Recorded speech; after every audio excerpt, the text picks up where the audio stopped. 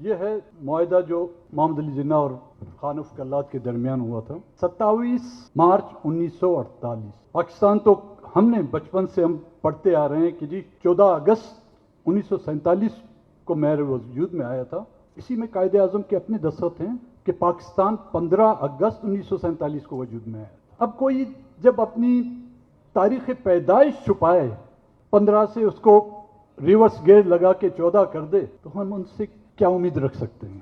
Form 47 میں نتائج تو بدلے جاتے ہیں، یہاں تو اپنے ملک کی پیدائش کو بھی بدل دیا۔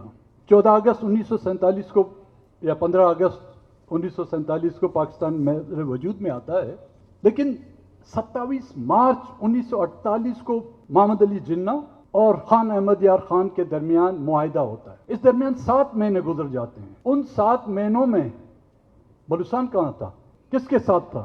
آیا برٹش کالونی تھے ہم یا ہندوستان کا حصہ تھے؟ اس کا پاکستان کی نصاب کی تاریخ کی کتابوں میں بھی ہمیں پتہ نہیں چلتا۔